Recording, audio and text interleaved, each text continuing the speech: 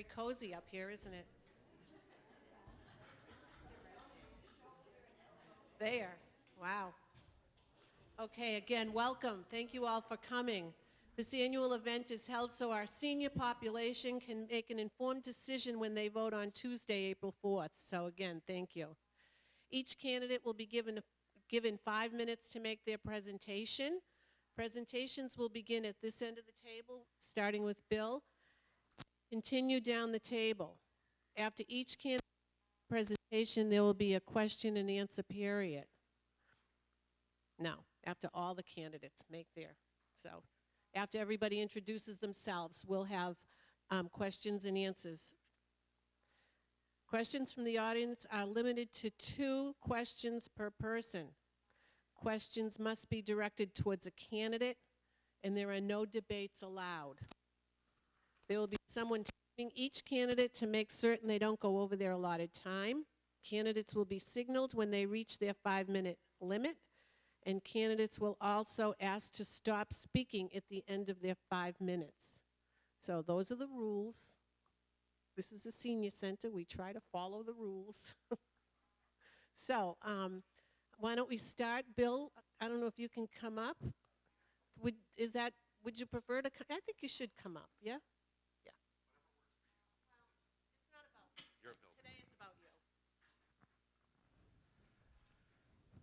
Good morning, everyone, and thank you for coming out to at least listen to the candidates. They've all worked hard over the course of the last few months to get your attention, get your votes, and let you know what they're all about.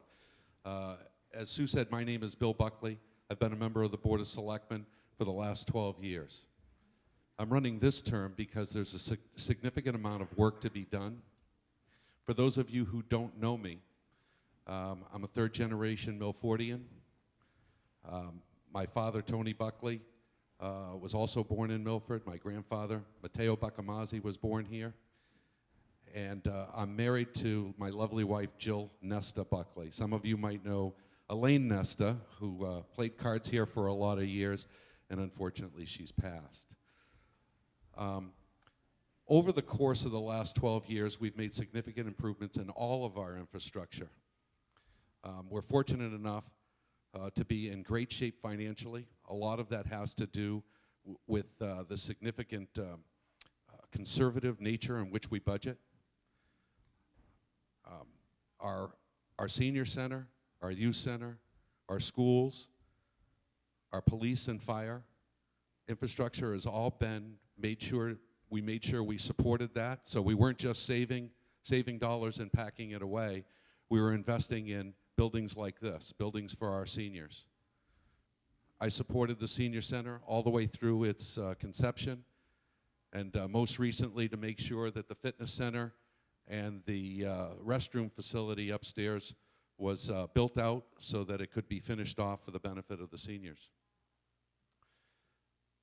I have 2 children, Taryn and Travis. I also have 2 grandchildren who are in Milford. So I'm fortunate enough to go 4 generations raising children, being a part of the school system, being a part of the community, and I hope that through the body of my work over the last 12 years, you see that we're making sure that we're trying to reduce our tax rates by returning money back to the taxes. Over the last 10 years, we put $10 million back into the taxes to make sure that we could reduce that burden for our taxpayers. I hope that you consider me for April 4th, and I thank you for your attention this morning. Good morning. Thank you for having me today. My name is Joe Callery. I am currently a member on the Milford School Committee. My term is up, and I am running unopposed, but I still feel like it's a good idea for me to get out there so you all remember who I am. I currently live in Milford, and I've lived in Milford my whole life. I'm looking for another term on the school committee. When I first went out and about to get elected, I didn't really have any idea about the school system at all, except the fact that I graduated from it. Now I have a complete control and understanding of how everything works, and I love every minute of it. I love meeting the parents. I love trying to figure out problems with some of these parents, and I love seeing these kids every day when they come back from school, including my children. being a part of this committee is very fulfilling for me. I enjoy every minute of it, and I'm glad that I became a part of it. I have two beautiful children. One is in 5th grade at the new Woodland School. He says it's immaculate, and I kind of agree with him on it. My daughter is 4. She'll be going through kindergarten this year, and we're all very excited for her as well. Not really much out there. I'm sorry, haven't been feeling well, so I didn't really craft something. But again, I just wanted to put my face out there, let you guys know that I'm still running for school committee. And if you guys have any questions, please let me know. Thank you. Thank you for moving the chair for me. It's very tough in that corner. My name is John Cook, candidate for re-election to the Planning Board. I've been a member of the Planning Board since 1989, which is a number of years, and I really, really enjoy it. I'm in the town meeting member for, that was a 40-year stint, or at least 40. I'm still hanging in there. I've been on the Firehouse Building Committee locally, the Elementary School Building Committee for Woodland, and Brookside. That was really enjoyable too. And unfortunately, they're tearing down the building, or they tore down the building that we built at Brookside, at Woodland. I'm a member of the PFAC committee, which they were talking about on Milford Radio today. That's the Patient Family Advisory Council at Milford Hospital. I was chairman of that committee for the first 2 years of its existence. And it's very, very interesting dealing with the patients. And it was very, very nice. Firehouse Building Committee, Birch Street, I was on that committee as well. That is a nice building, actually. My work history, I worked at Draper Corporation, and I've always said if Draper was in business, I'd still be there.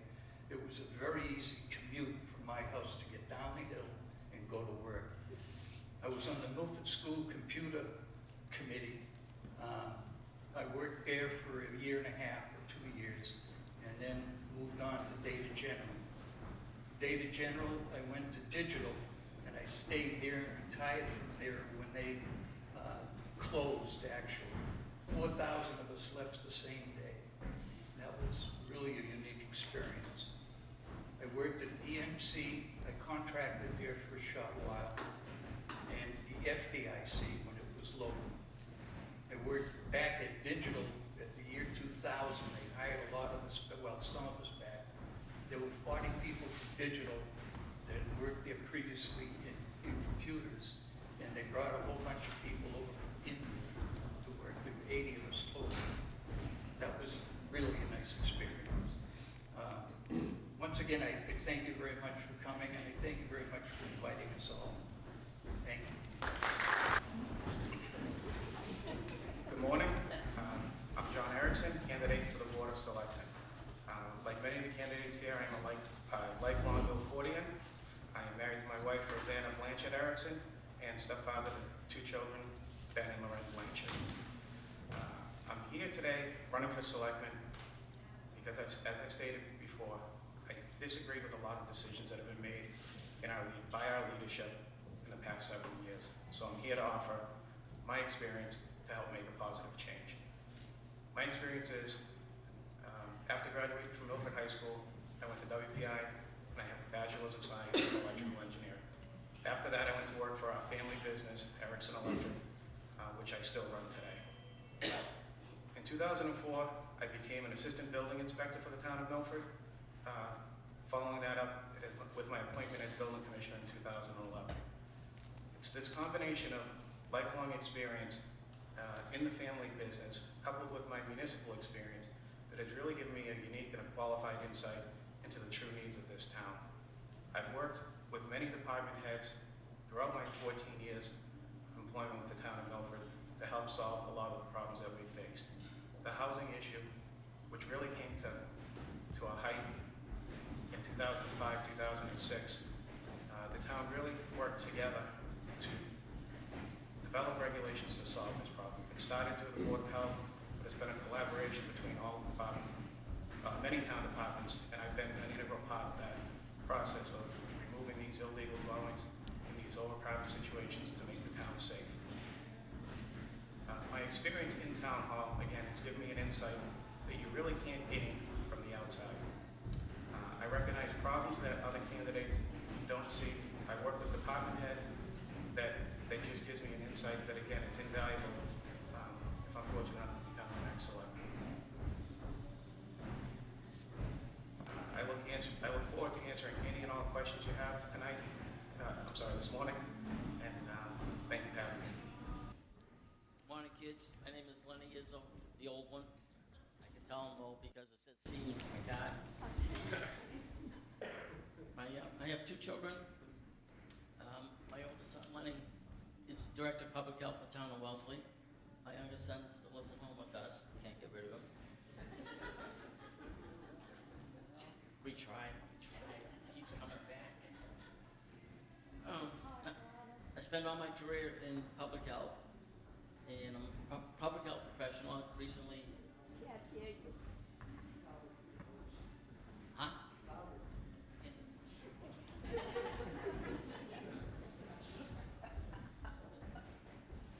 Spent all my career in public health.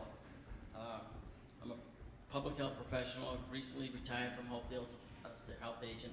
I still do consultant work for 4 other communities as a health officer. I've been fortunate to be elected to the Milford Board of Health for 36 years. I'm the junior member.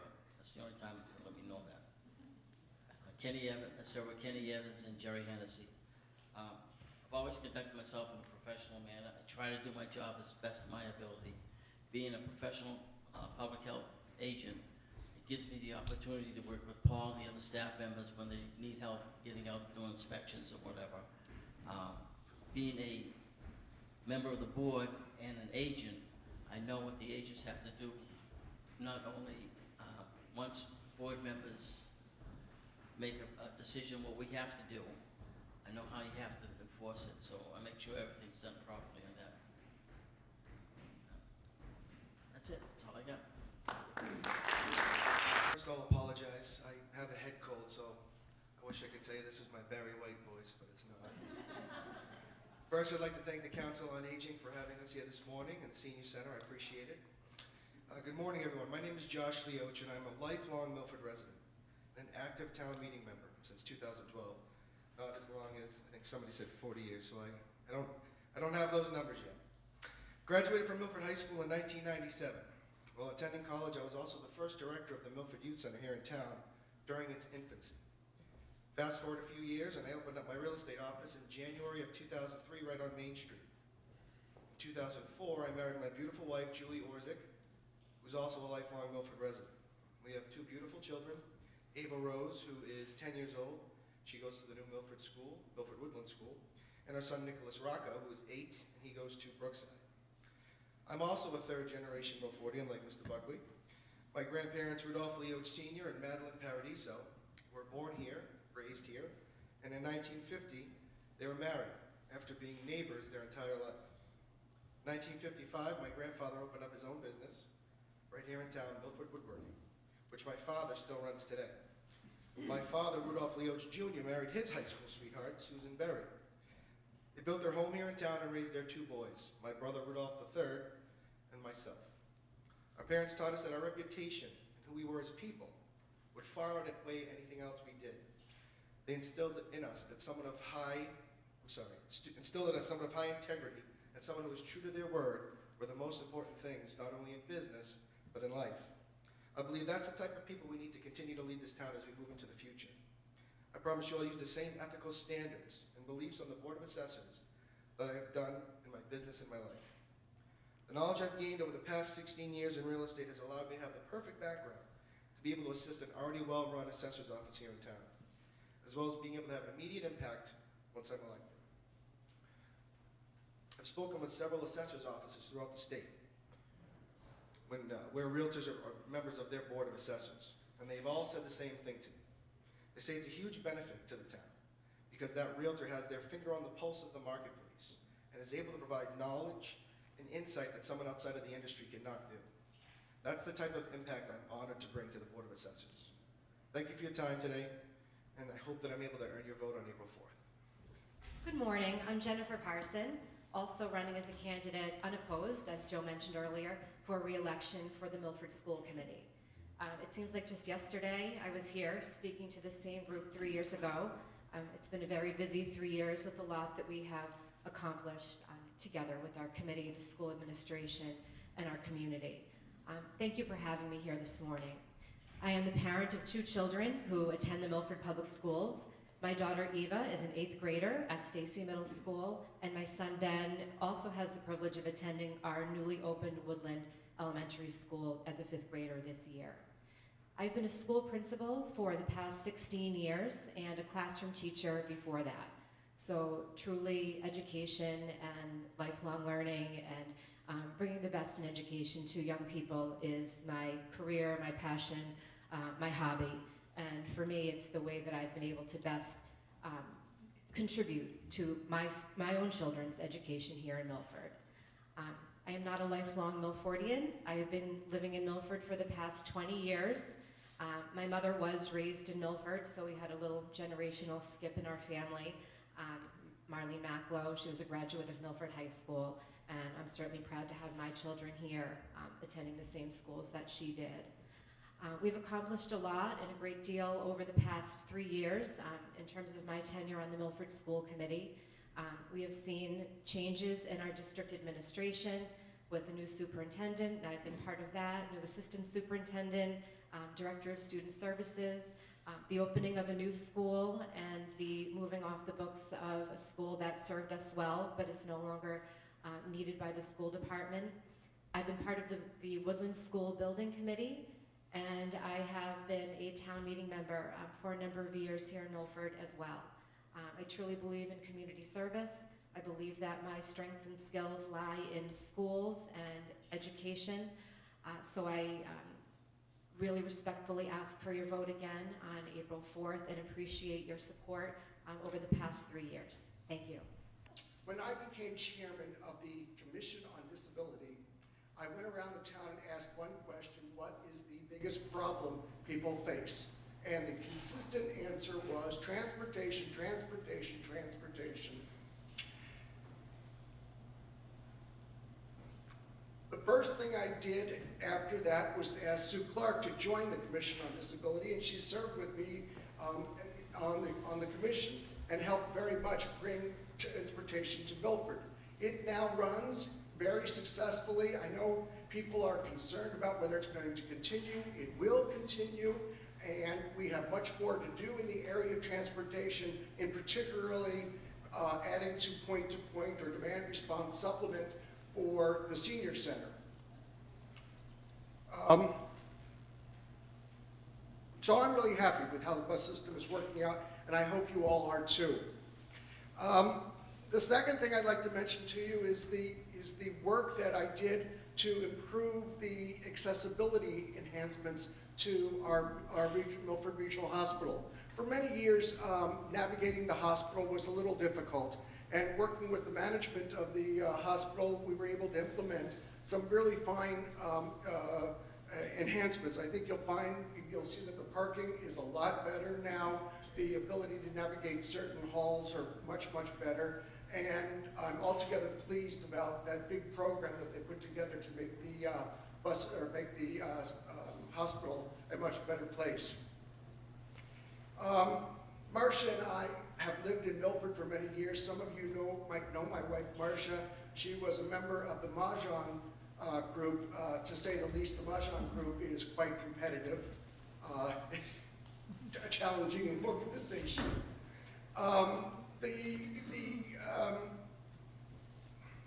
10 years ago, I retired, and since then I've been devoting my entire energies towards philanthropy and volunteer, and many of you know my activities in that area.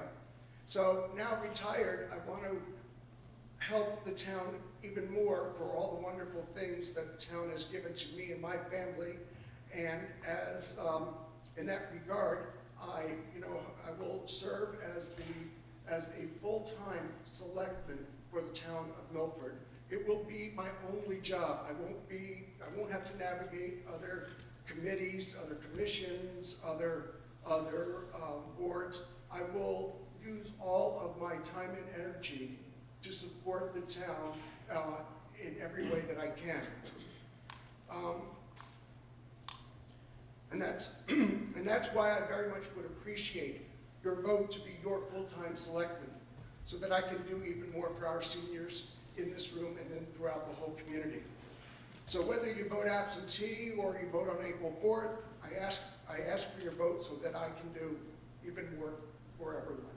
Thank you very much. Hello, I'd like to thank the Council of Aging for having us here, as well as the Senior Center for hosting us.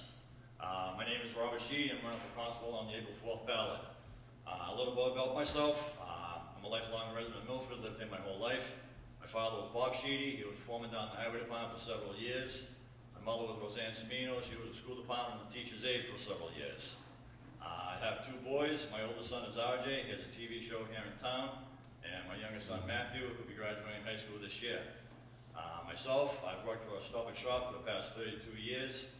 Started out as a sophomore in high school, grew up on graduation, I got full-time, and I've been working in the native store as a produce manager ever since.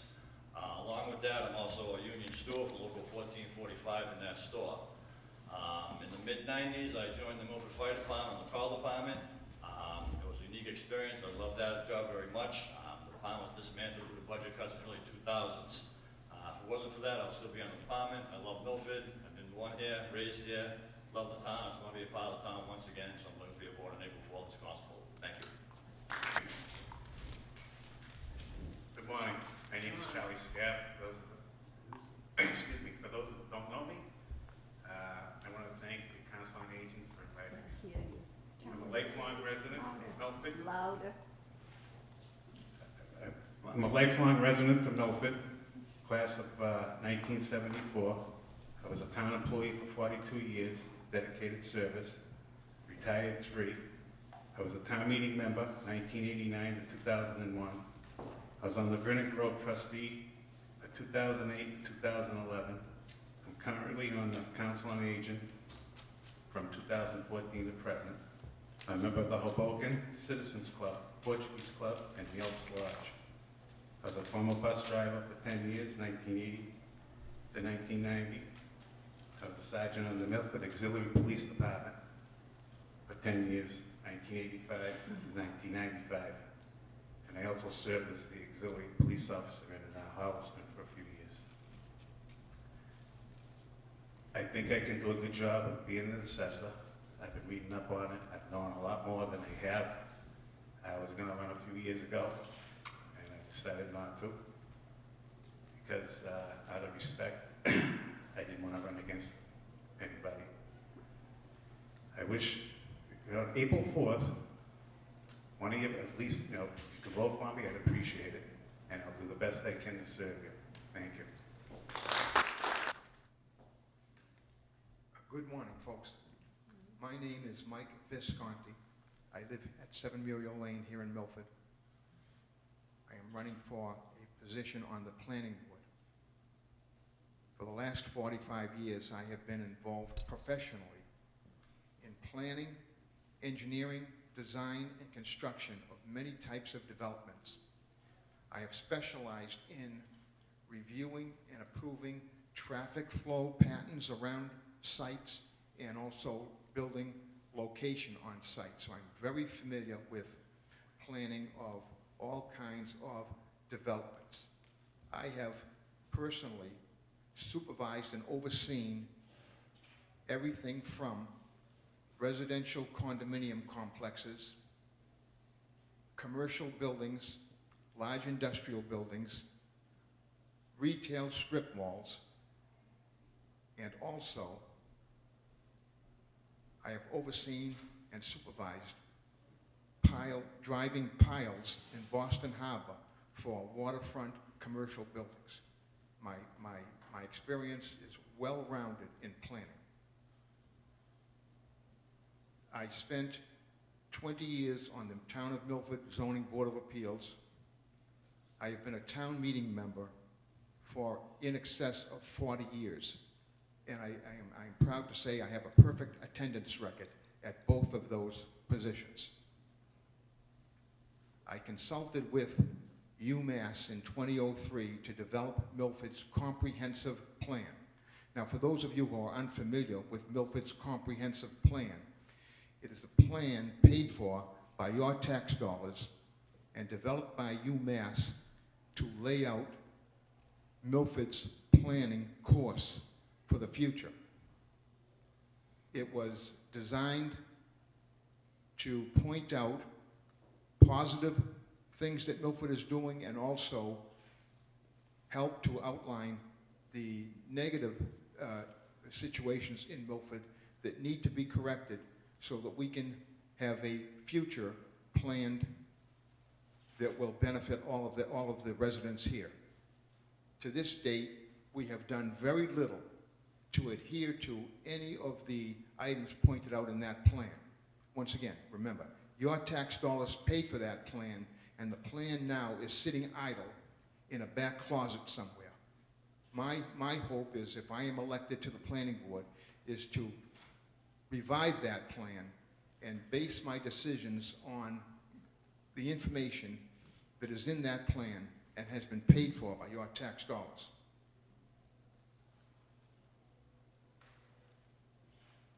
If I am well versed in Mass General Laws, Chapter 41, which is the law that governs operation and procedures of your town planning board. As we sit here today, there are some compliance issues with the way the planning board has been operating to date. My hope is to help resolve those compliance issues and bring the planning board into compliance. I would ask that when you leave here today, please, if you will, tell your friends and the people you meet that they missed out on an opportunity to hear from the most qualified, most dedicated candidate for the planning board. Thank you, and I appreciate it if you would vote for me on April 4th. Thank you kindly. Good morning, everybody. Sue and the Senior Center, I'd like to say thank you very much for having us here today. My name is Mike Walsh, and as Harold made reference to, I'm running for the 2-year unexpired seat vacated by Bryant Murray, who became our new state representative. My wife Nancy and I have lived in Milford almost 30 years. I finally have accepted I'm never going to be a true Milfordian, lifelong Milfordian, but I love the town of Milford. Over the past several weeks, the question I've perhaps been asked most is, why are you running for the Board of Selectmen?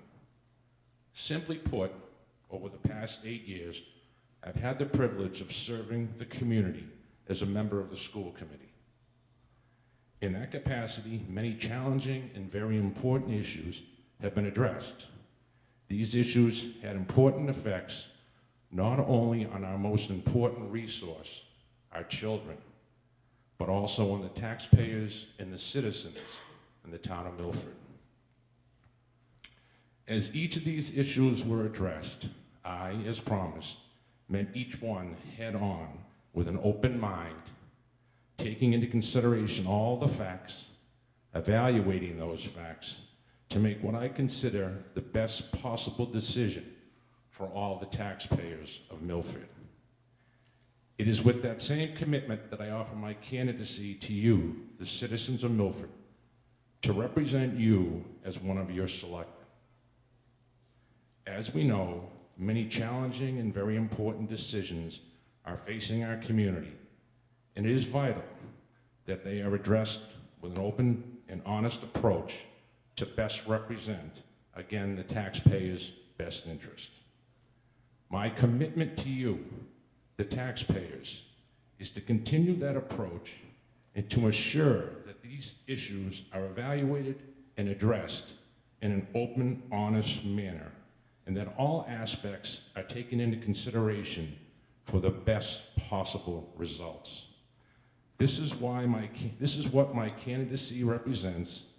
I would greatly appreciate your strong consideration for a vote for Mike Walsh on Tuesday, April 4th. Thank you very, very much. Hi, I'm Nadine Ledoux. I'm running for constable. I'm a longtime resident of Milford and a graduate of Milford High. I've been in a committed relationship with Roy Vaz for 23 years. We've raised 6 children together. 2 that have graduated, 2 that currently attend Milford Public Schools, and 2 that are not at school age just yet. I have associate's degree in criminal justice. I worked as a police matron for 6 years. I'm currently employed as a crossing guard. I have a total of 8 years experience, but I took a break to care for my younger children, and now I've returned this school year. I have experience working with the public and dealing with confrontation and how to successfully diffuse the situation. I feel it's a wonderful opportunity for me to continue to work with the public and continue to work in a field that I love. I'm confident with my experience and willingness to learn, I'd be very successful representing the town of Milford as an elected constable. It's my understanding that the position I'm seeking was held for many years by the late Barbara Clement. She was the first elected woman to hold the position as constable in Milford. My heart goes out to her family and friends. Her passing is a tremendous loss to the community and to them. She was strong and full of compassion, and I know it's impossible to fill her shoes, but I'd be honored to be given the opportunity to serve as constable as gracefully as she did. I also have an EMT certificate, and I have worked as the dispatcher in Hopedale as volunteer. I did that for about a year. Thank you. I'd really appreciate your vote on April 4th. Thank you. Okay, thank you all. That was very nice. Nice way to meet all of you if we don't already know you. And, hold on one second. I'm going to put one microphone at this end of the table, and Charlie, could you grab the one up there, and I'll take this one.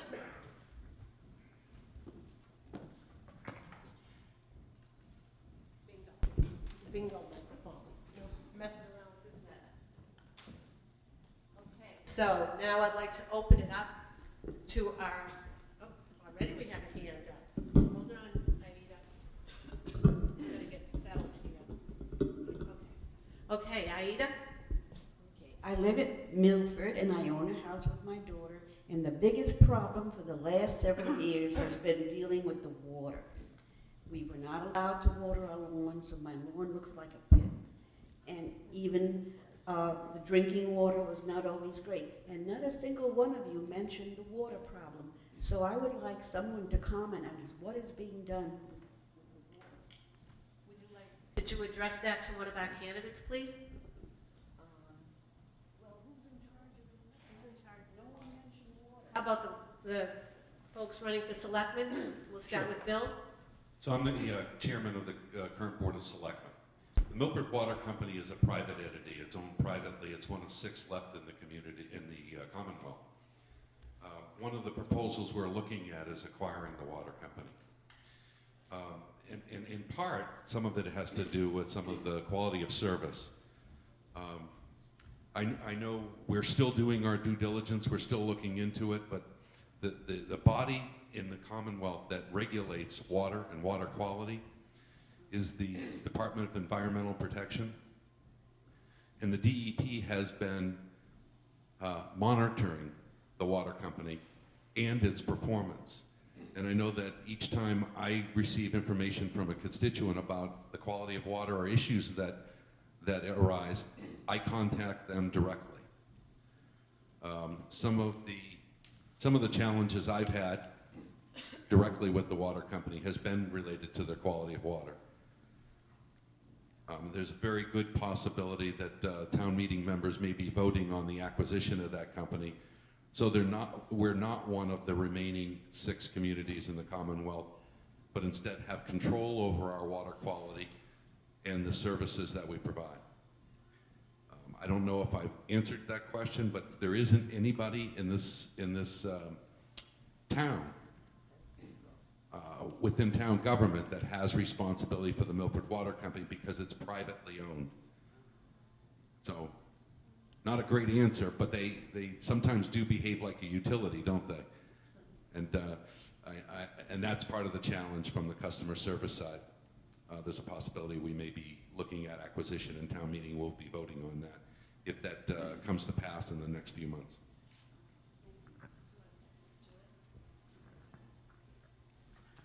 Yeah, thank you. Bill gave a nice summary of the current status of the Milford Water Company and our status as a town and looking at the possible purchase of it. And one of the biggest decisions one of the biggest pieces of information I need an answer to is, what can we do as a municipality if we are a municipal-run water department to improve our water quality? I don't think that answer is out there yet. If it is, it may be part of, sort of the confidential negotiations. But that is one of the, few questions that we need really hardcore information on. Some of the other concerns with buying the company are financing it. It's going to be a very expensive purchase, the largest bonding we'll ever have done as a town if we go forward with it. And I have some concerns as to how that affects our long-term financial position. It's something that our finance team feels that we can afford, but it's a question of should we go forward with it. I think there's a lot more that needs to be defined in the proposal to purchase the company as to whether or not we do. And part of that is a very large part of it is, what can we do as a municipality that's not being done now to improve this water quality? And again, I know that's not a direct answer to your question, but I just wanted to let people know, my thought process in this endeavor. Thank you, John. Mike? Yes, I think Bill and John have done a nice job. One thing that the citizens of Milford have to keep in the forefront of their mind, though, is that the physical plant, the water plant itself, has been redone. It's in very, very good shape. The fear that I, as a taxpayer, just like you have, is the infrastructure. There are sections of this town that the water pipes are very, very old.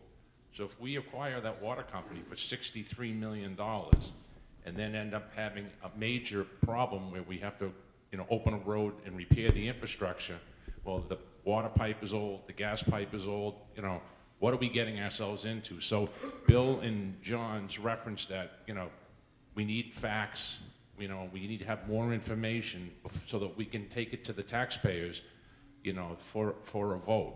But we just have to be, we need these facts to see so that we can decide whether we want to leave it as a private corporation or do we in fact want to acquire it and take on all the responsibility. And it could be large. Harold? Well, thank you very much for that question. The other fellows provided a lot of good detail and surrounding the issues about the water company. I'd like to just take it at just a different angle. The angle that is most important to me is a fresh perspective about how the town of Milford organizes itself to best care for our citizens. And the very first step you're taught in business school is accountability. And right now, there is no accountability inside of town hall. I mean, who do you call when you got a water problem? There's nobody to call in the town to handle that. So we must bring that responsibility into town hall so that all of us who are voters can bring the best people in to provide that accountability to bring our water company, both in quantity and quality of water, up to the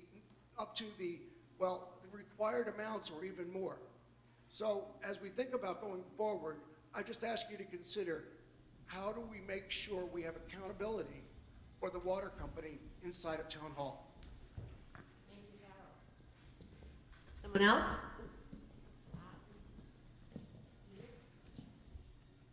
Hi, I'm Edith DeWitt, and this is for Mike.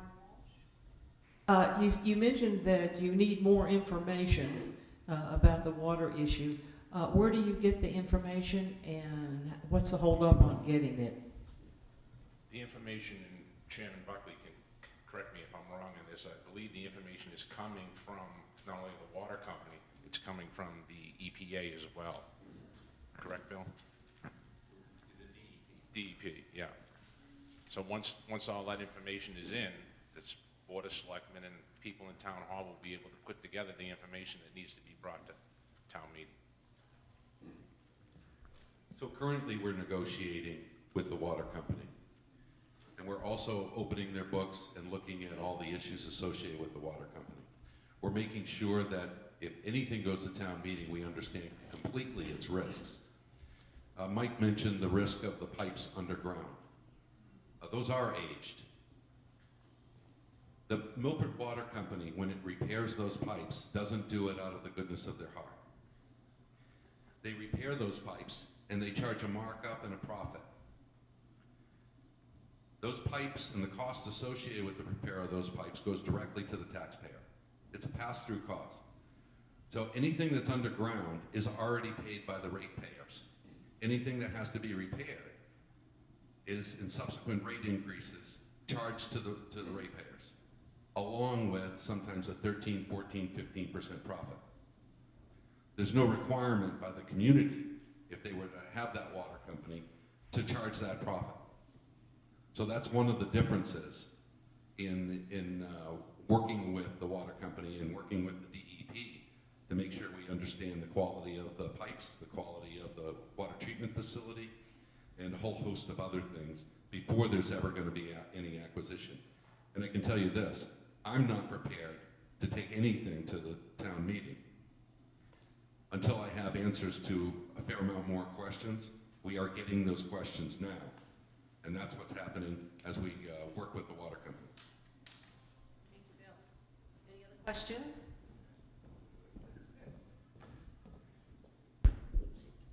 Okay, Bill, we just paid $10 million in our water bills for the new plant. And as you say, you know, the pipes are really bad. There's 400 homes that need new piping to their house and all that the water company is supposed to pay, which of course they will probably charge us. Why is the assessment as high as it is instead of taking off all of these things? I mean, aged pipes, we have 100-year-old pipes, and all we have pipes that are being replaced because the water quality from them is wrong. It's been, you know, tested and it's bad. Why, my question is, why are we paying $60+ million for a company that is not working properly and not keeping up with everything? I mean, we had that problem with the water for a month when they just didn't do the roof, and yet we got hit with it. I don't understand. Well, any cost, again, as I explained earlier, any cost that the water company incurs are going to pass to the ratepayers. So the ratepayers will always pay for any cost, plus a markup, plus a profit. I know that doesn't directly answer your question, but right now the rates, as they're set by the water company and then reviewed by the Department of Public Utilities, they grant them those rate increases. For every year that I've been on the Board of Selectmen and there's been a rate increase, we've intervened on behalf of the taxpayers to make sure and try to negotiate that rate down. We can only be so successful with the Department of Public Utilities because ultimately they're going to give them a rate increase. They're going to say, look, to replace the tank on the roof on the tank, to replace these pipes, this is the millions of dollars it costs us. We're entitled to recoup those money. Therefore, DPU, we want a rate increase and we want to make a profit. When we look at the enterprise fund for the sewer department as an example, it charges no increase. It doesn't have to make a profit. So one of the differences in a municipal run water company, and the vast majority of municipalities own their own water resources, is they don't have to make that profit. So that's one of the big differences in looking at the possibility. Personally, I believe that if now is not the time, that's okay. If the numbers don't line up, if everything doesn't stack up right, then we won't take it to town meeting. But I believe our children will be dealing with this issue in the future. You know, there are a lot of people that say future wars aren't going to be fought for oil, they're going to be fought for water. And water is a not renewing supply all the time, as we've seen through our water, as this woman mentioned. Yeah, we've been in a drought situation for a very long time. They also have the benefit of having their own construction company, RH White Construction, where they go to one company and always give it to their own company. A municipality could go out to bid and could go out looking for a lower bid on that. So that's just some of the examples that exist today when municipalities own their own water and own their own resources versus a for-profit company. But we're not there yet. And there's still, as everybody's mentioned here, there's a lot more information that needs to be gathered before we understand all of the risk associated with it. I hope that helps you. I don't know if it gives you the answer, but the DPU has always set the price and always approved rate increases for the Milford Water Company. Thank you, Bill. Question?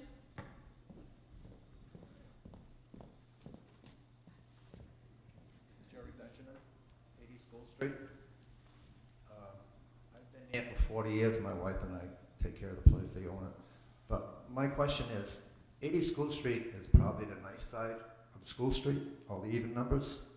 And I've been to Town Hall or the Highway Department at different times. And it was almost a joke because of the difference in taking care of the buildings on even side numbers compared to the odd side numbers. Particularly 77, 79, 81. The appearance of these buildings are deplorable.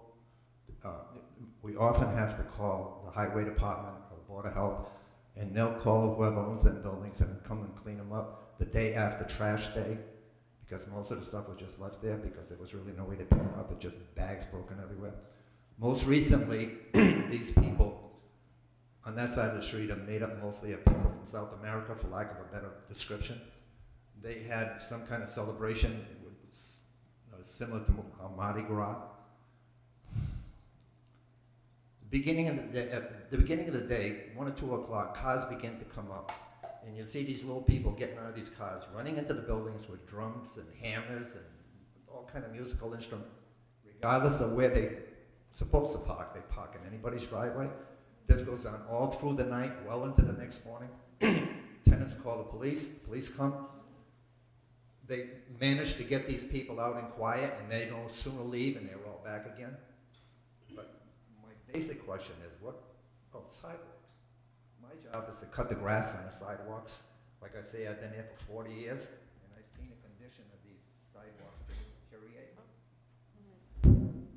I can appreciate all the federal and state money that's going into Central Street, redevelopment, it's great. But why can't we see something on School Street? I mean, the traffic going back and forth from the schools, foot traffic, is really high. And I have to go out and cut the grass on the sidewalks. Why can't, we had a problem where sidewalks were being rebuilt years ago. I don't see that going on anymore. And everything seemed to be addressed towards the Central Street part of town. Who is this question addressed to? Mr. Buckley. Mr. Buckley. Bill? Seems like the chairman of the board always gets the questions. That's fine. I ran for it and I understand it. Jerry, I'm glad you brought up that question because it's actually the number one question I get calls about. It's predominantly absentee landlords who aren't monitoring their own properties, and therefore the people they rent to live in ways which are not necessarily conducive to being good neighbors. That's a serious issue, and it's one that the board has worked hard on to make sure that the task force stays on track, that we look at our enforcement department and make sure that those activities continue. We have people whose jobs that is to specifically do that every day of every week. Did you say a committee? No, that's the enforcement department, building enforcement department, the building commissioner's department. That's their primary role, and I don't know if John wants to add to that, but I know there's a lot of activity associated with that they're doing, and I'm not as familiar with the School Street properties or specifically some of the landlords and some of the properties that are deteriorating there, but I'm sure John has that list.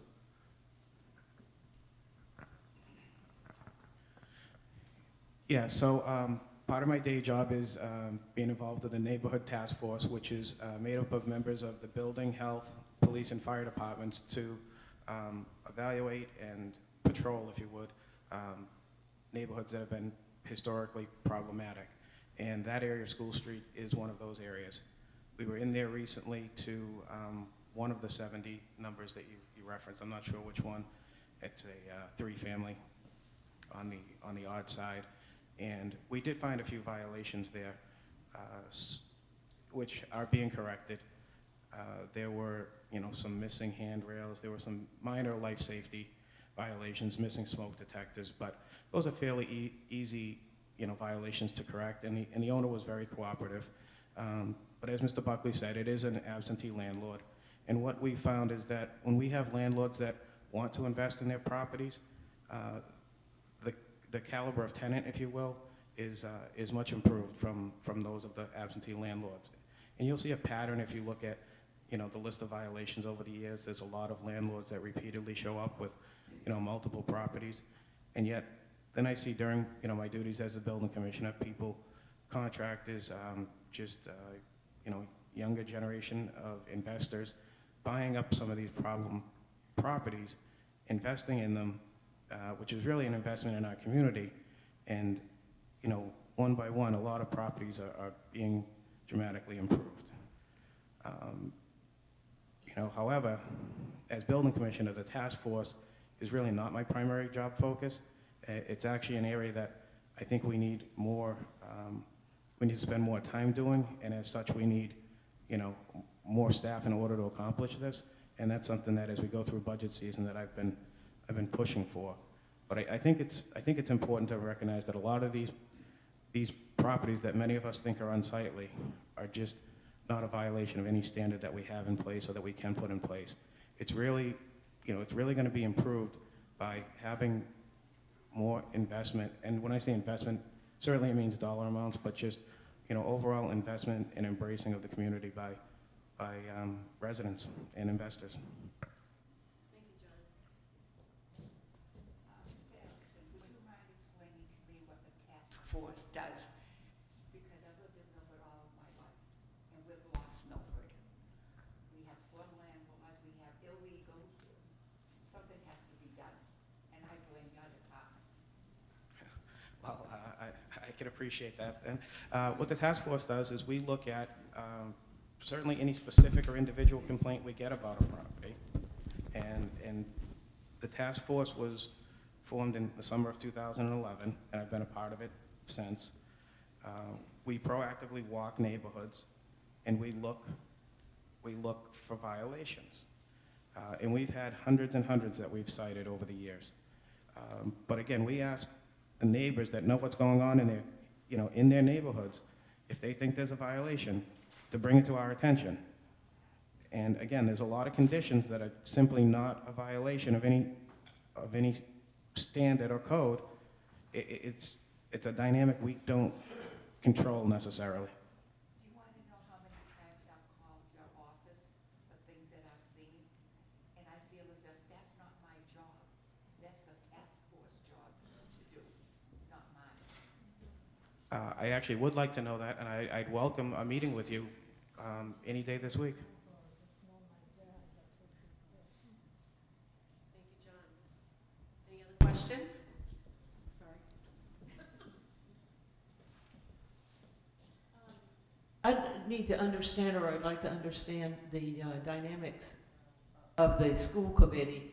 I see that Mr. Callery and Parsons are both running unopposed. How is that? I'm running for my second term, and no one else pulled papers. So for me to do it again, I have to pull papers as well. And there's 2 seats. Jen and I are both up for re-election, and no one else had pulled papers to run against Jen and I. That's where we both stand. And I think, not speaking for Jen, but we both still want to come to these so you all still know who we are and that we're still giving back to the community. And I do thank you for coming, even though they are running unopposed. I think it's important that you know who they are and that they took the time to come and meet with you. Any other questions? Oh, come on. Gail? She already told me, do not put that.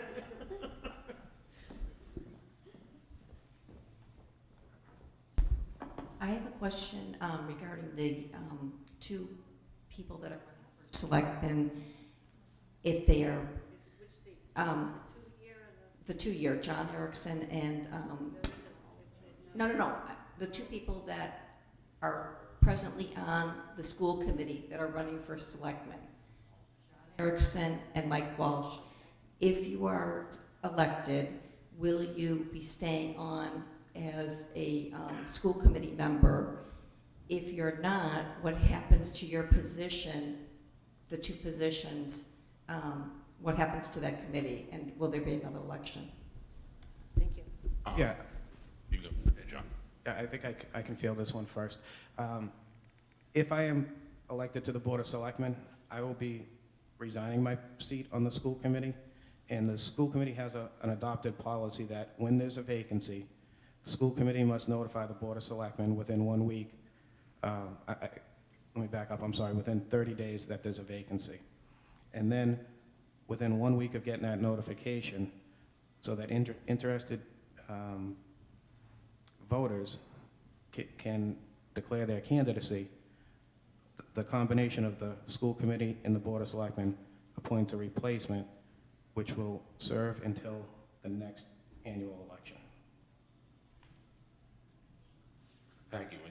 Great question. In my case, I've got two things going. I serve as not only chairman of the Milford School Committee presently, I'm also chairman of the Milford Youth Commission presently. If I'm fortunate enough to get elected selectman, I will resign my position from the youth center because the Board of Selectmen is the appointing authority to putting people on that board. So I will be resigning from that board. When I ran for school committee 8 years ago now, I committed to the town of Milford 9 years. If I was lucky enough to get elected 3 times, I would give the school committee 9 years of my life. I would be stepping down as chairman once the election is done, but I plan to stay and fulfill my commitment to the taxpayers, and I only have 1 more year to go. So I will stay and do both. Question?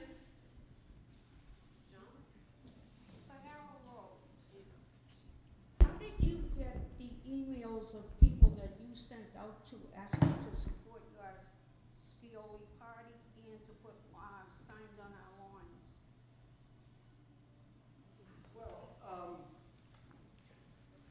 mean, I'd have to go back and check oh, thank you. I'd have to go back and check on each individual. Many of them are just people I've known for many years that, through LinkedIn or through, Facebook or all the town committees or everything like that.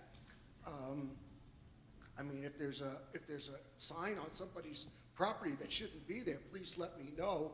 I mean, I've had a lot of people help me with those signs. If there's an inadvertent sign placed, just please let me know and I will take care of that. I'm just curious how you got the emails of people. Again, all I can say is that they're all in my personal email database and that from people that I've met over the years. And that's, I mean, how else? Question? Thank you, Harold.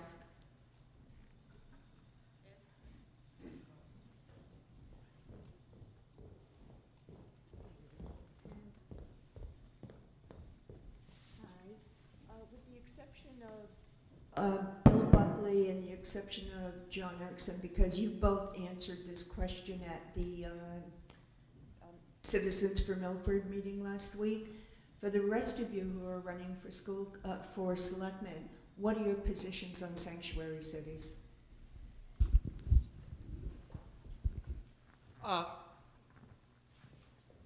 Just to bring up everybody to make sure everybody understands what that question, what the definition of that question is the role and responsibility of the police with regard to the management of undocumented immigrants. And it is a question of how the police respond when they come across a person. It specifically refers to, now in Milford, if a person who is undocumented commits a crime and is arrested, then that person's fingerprints are taken and are given to ICE as well as several other agencies.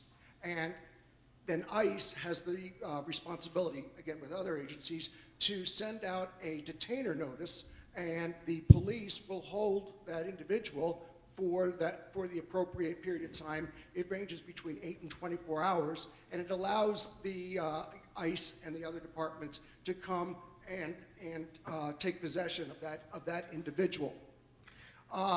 If they don't, then they go on to a normal bail hearing for their crime, and the process continues. What a sanctuary city does is it doesn't do that exact thing. It does not forward the fingerprints onto ICE and just lets the people who are arrested go on to being prosecuted through the criminal justice system, and then typically given bail and let go. So I fully support how the town of Milford, how the chief handles this. This is the legal way, the most relevant way to handle it, and there's no reason to make Milford a sanctuary city, and it just should not be done. I'm sorry, did that answer your question? That helped, thank you. So Harold did a really nice job explaining that, but sitting on the school committee, just to give you an example of some of the things that we deal with, is that if they are here legally, in the state of Massachusetts, every child at the age of 3 is guaranteed an education. And so what we're trying to do is, and I will get to answering your question, what we try to do is we try to get those families as much information as we can, as quick as we can, to get them registered. Because what happens to us, typically in August, you'll see the families outside Memorial School or Brookside School trying to register to get in for the following year, and it drives our numbers in the classrooms higher than what we originally had. So if they're here legally, that's one of the issues that we do deal with. I, as well, am not for a sanctuary town. I sat in great length with the police chief, exactly what Harold said. He explained the whole process that the town of Milford does. I agree with it 100%. No, I would not be in favor of a sanctuary town. Thank you, Mike. Question?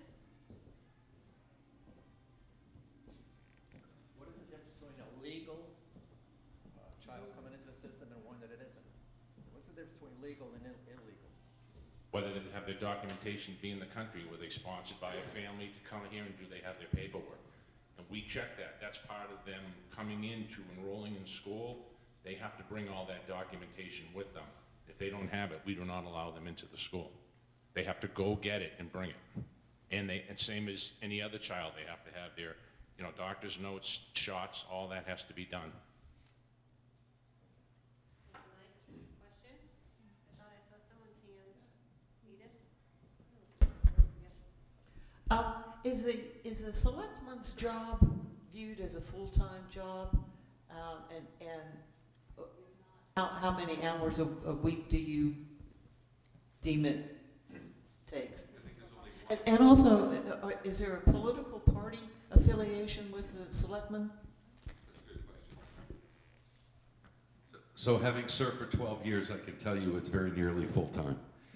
Between the calls I get or the meetings I go to, I know that folks will see selectmen in selectmen meetings, but they're often at other meetings. They're at FinCom meetings, they're at budget planning meetings, they're at a host of other meetings. So I would tell you between that and the calls I receive from constituents, probably about 30 hours total. And there's also time with the town administrator where we may be on the phone talking about a future agenda or an issue. There's also time with town council. There's also time with the police chief or fire chief. So there's a variety of departments that we work with and that we need to engage with when we are serving as a member of the Board of Selectmen. Your other question related to party affiliation, there's no requirement for there to be one, and I happen to be registered as an independent.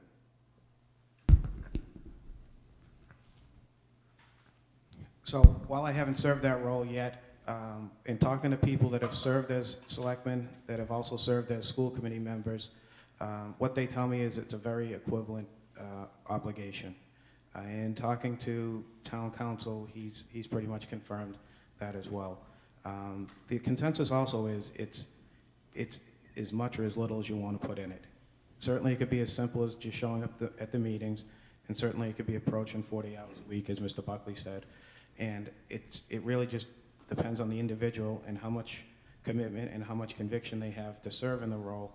And what I look at it, as a parallel, it's a lot like youth coaching.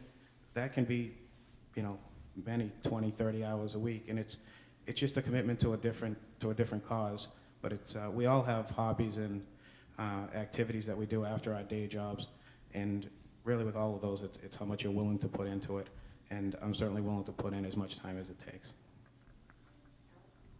Well, thank you very much for that question. I actually bring a different perspective than the other three candidates. If I am so fortunate to be elected as your selectman, I will perform the duties full-time. I have no job. I am retired.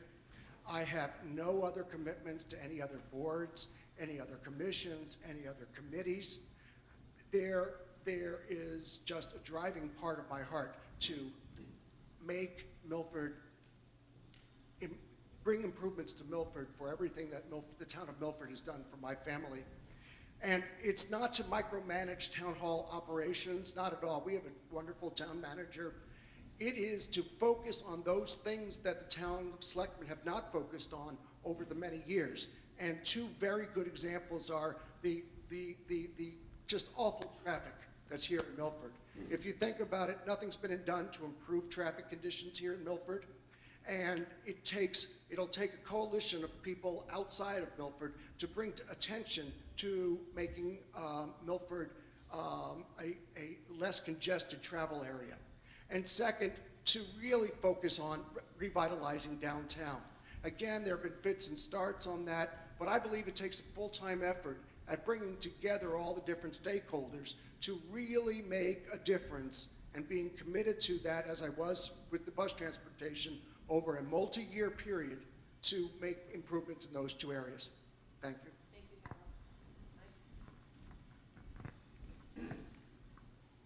I think an important way to look at that question, if you're running for a political office, you shouldn't worry about it being a full-time position or a part-time position. You should worry about how much time you're going to give that position to make improvements.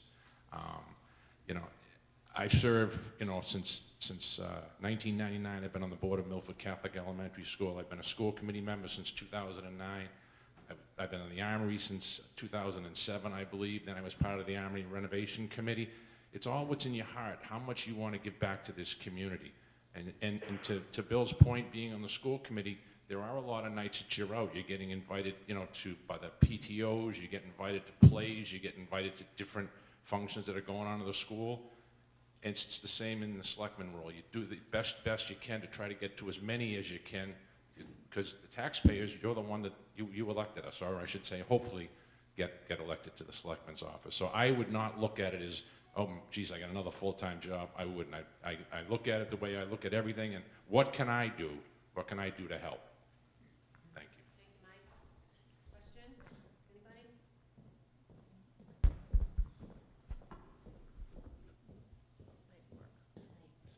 I have a question directed at Mike when he talked about the immigrants that had papers and didn't. What happens to those little kids that don't have the papers and don't go get them? Do they walk around the streets, not going to school? No, what happens is when they come, they're with a parent or whoever sponsored them there. They address it right then in the school. Yeah. But you said they had to have papers. Correct. So you're asking me if they're not here legally. They So don't have the papers. You said they're not allowed in the schools. we make them go back home and get them. Sometimes they don't know they're supposed to bring them with them. So their immunization form for their shots and their paperwork saying that they're legally here in this country, who the sponsoring family is, that all has to come to the school and goes into their file. So if they come without that, A, we don't enroll them in the school, and we tell them they have to go get that paperwork for us. Some of them, do they always go back and get the paperwork? I wouldn't be able to answer that. I don't know that answer. What happens to those kids that aren't in school? Well, until they get the paperwork, unfortunately, they're not allowed in. And I know Every child in the Milford school system is in this country legally. in the Milford school right now, to the best of my knowledge, absolutely. Because every single one of them is checked into the school the same way. So they can't get in without that documentation. Question? We're only supposed to have two. You know how I am with rules. Oh, I only get two? Go right ahead. Another selectman question. I'm relatively new to Milford, so I'm trying to be up to date on some of the city management things. I read in one article that there was an issue of maybe broadening the base of the selectmen from 3 members to 5. What would be the benefit of doing that? Can I go, Sue? Well, I mean, the benefit to broadening the board from a 3-member board to a 5-member board is that it allows for more diversity of opinion and independent leadership. Right now, if you have 2 like-minded selectmen, the vote is always going to go their way. It's just a matter of broadening it.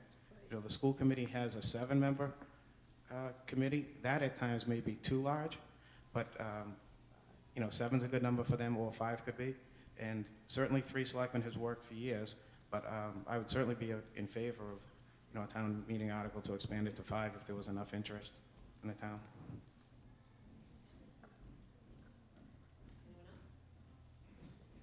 Question? This is for John Erickson.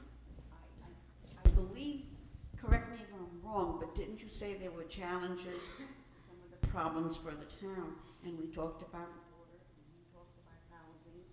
So what other problems do you, just a short list, what other problems are you thinking of trying to correct?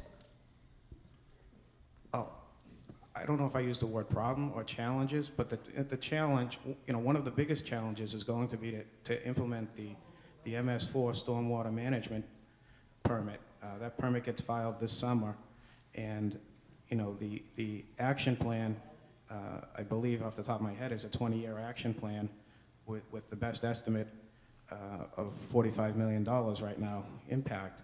So the big challenge is going to be, you know, funding that project, along with the infrastructure that we need to support that project. One of the biggest pieces of infrastructure that we need is a GIS system, Geographic Information System. It's been proposed to implement a true GIS system for a few years now, and that hasn't gained support of, you know, enough people in the community or in government to move forward with it. And okay, so a geographic information system is a computer, and I'm certainly no GIS expert, but it's a computer program that shows all of your assets in town on the computer. It shows boundary lines. It shows all of your infrastructure, your sewer piping, your water piping, your drain piping, your culverts.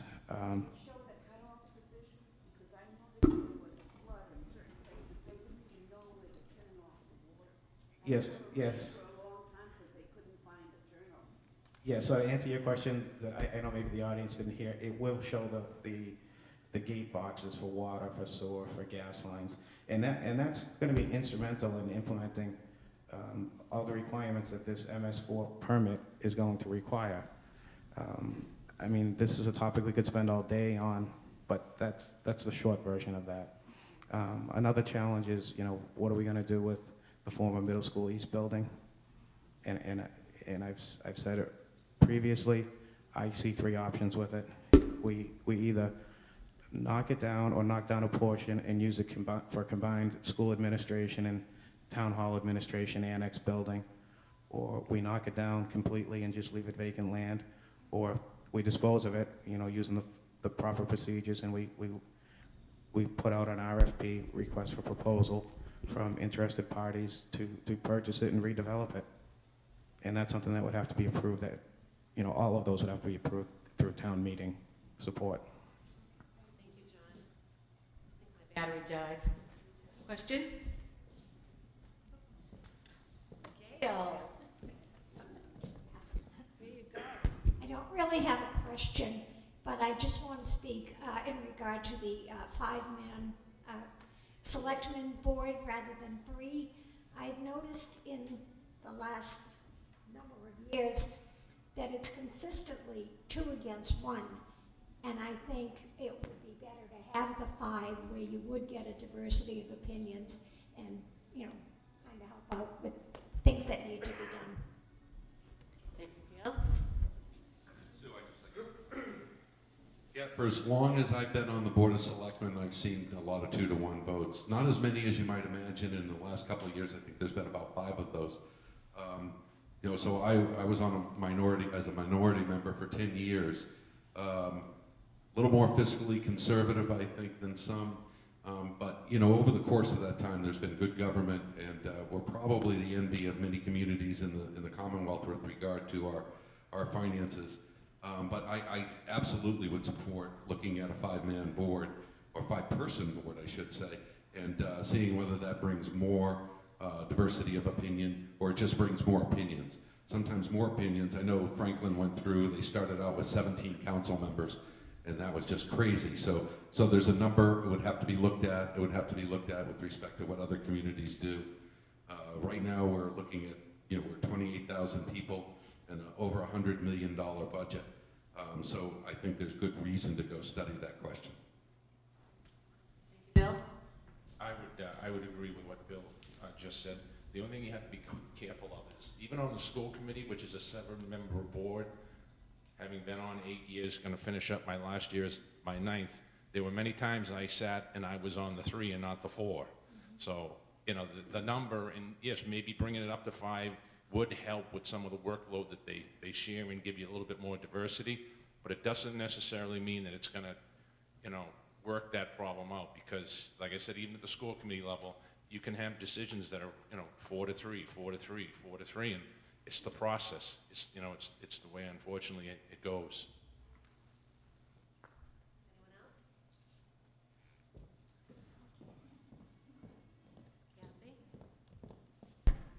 Mrs. Person, I'd like to ask you how many special needs children are enrolled from 1 to 8 at the public school in Milford?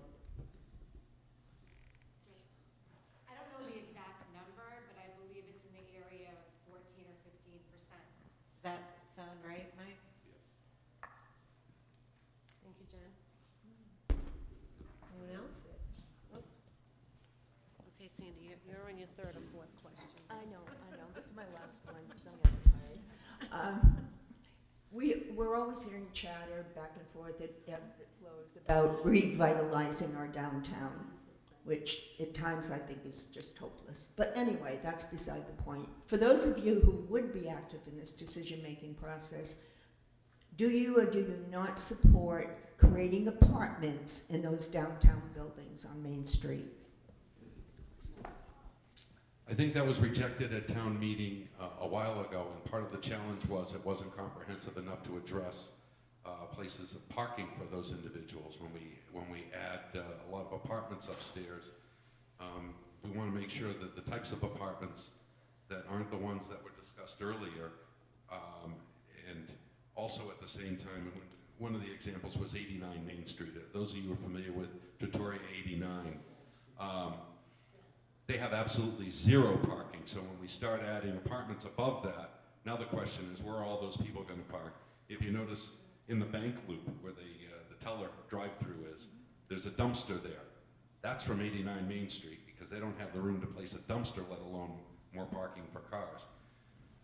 When we talk about economic revitalization, there's a lot more that can be done. It wasn't anything that was going to be done in the last 10 years, because our economy simply wasn't going to support that. There are a lot of people who weren't going to make investment.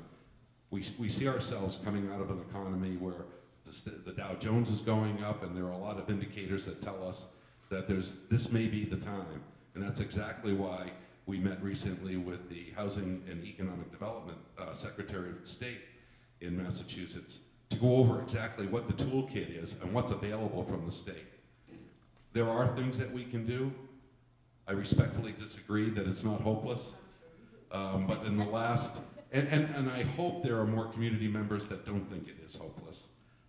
You know, there are a lot of factors at work here, but there are toolkits, and when I say toolkits, funding mechanisms and grants that can help us out from the state that we need to go back and look at and create economic opportunity zones. Some of the things we're talking about, as an example, our Industrial Development Commission is looking at, and you'll see an article in the next town meeting, so that they can benchmark other communities, look at what other communities have had success with and failures at, Not replicate the failures, but replicate the successes. And hopefully we can do that, get that consultant on board, looking at the factors we want to look at in Hudson, Marlborough, a variety of communities that have had similar challenges.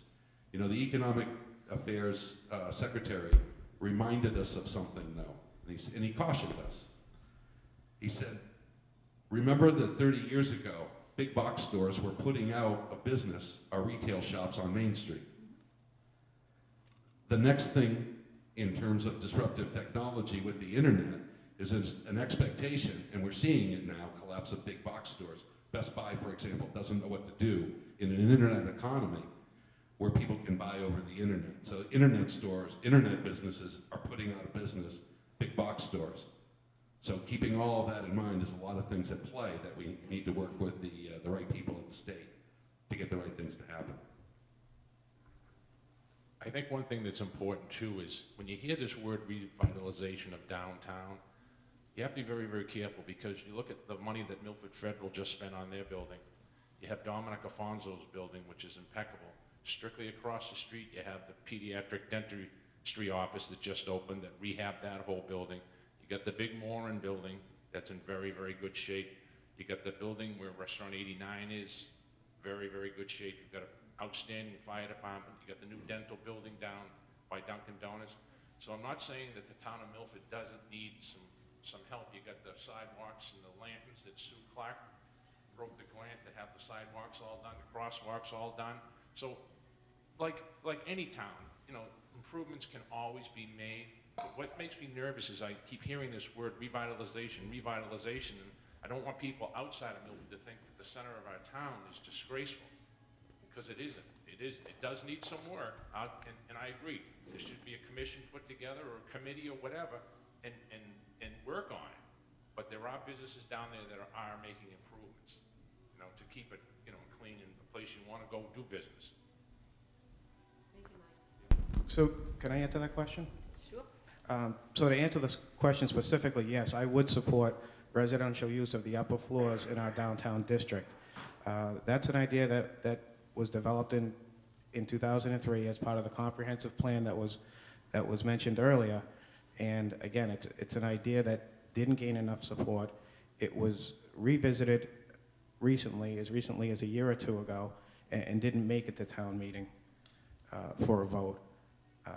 When I said earlier we need investment and reinvestment of these properties, this is a great way to give our building owners on Main Street, many of them who have owned these buildings for many decades, a chance to reinvest in their properties and, you know, I don't mind the word revitalize, I guess revitalize downtown to a larger extent. So I would be in favor of that. What I want people to recognize is that these apartments would need to meet current building codes, current fire codes, current accessibility codes, which means an elevator, amongst many other things. So this would be a true investment. This isn't just, you know, putting a kitchen in an office right now and calling it an apartment. Okay.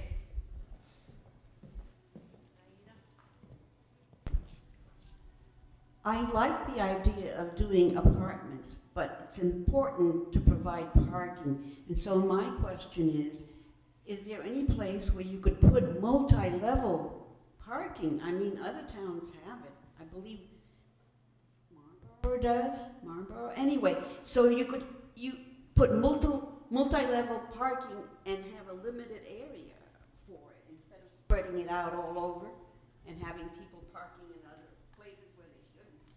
Yes, there are some areas that have been identified already where we could put multi-level parking. The most optimum would be by several land acquisitions on Central Street and really redesigning all that parking that spans from Jefferson to Central Street. We could also do it with some land acquisitions on the other side of Main Street between Pine Street and Fayette Street. So those have already been considered. There is a heavy consideration for creating a parking structure of that nature, is that's now a building that has ongoing utilities and upkeep and maintenance.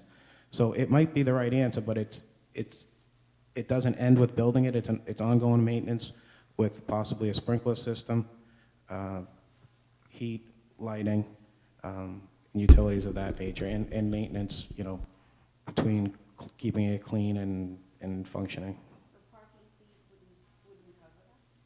Parking fees could cover that. Yeah, that idea definitely deserves heavy consideration. I'm not saying we shouldn't. It's definitely a possibility, but it's been presented in the past. It's something we need to look at again and again give heavy consideration. I can't sit here today and say we should or we shouldn't without, you know, the whole plan outlined in greater detail. Let me supplement the comments made by the other candidates. I'd ask you all to fast forward 5 years or 7 years from now and ask yourselves, what would you like downtown Milford to look like? Downtown Milford should look like hometown New England. That's what we should be aiming for, not tactical improvements of this new building or this new building. What we want to have is a vision of a New England hometown that epitomizes the wonderful friendliness of our community. So it's not just simple this or simple that. It's a big program, and it's going to take energy over a number of years to bring together all the stakeholders, all the people everywhere across our community to foster together a downtown that in 5 years would be something that we would be extremely proud of. And that's the reason why I'm running, is because I have the time and the energy and the devotion to our town to make that happen. And that's I would hope that how you would judge me if I could get that done. Harold. Okay, I think everybody asked wonderful questions, and I think we should wrap this up. So, may I just say one thing, please, relative to that question?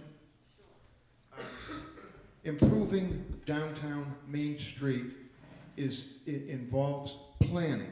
I am running for a position on the Milford Planning Board.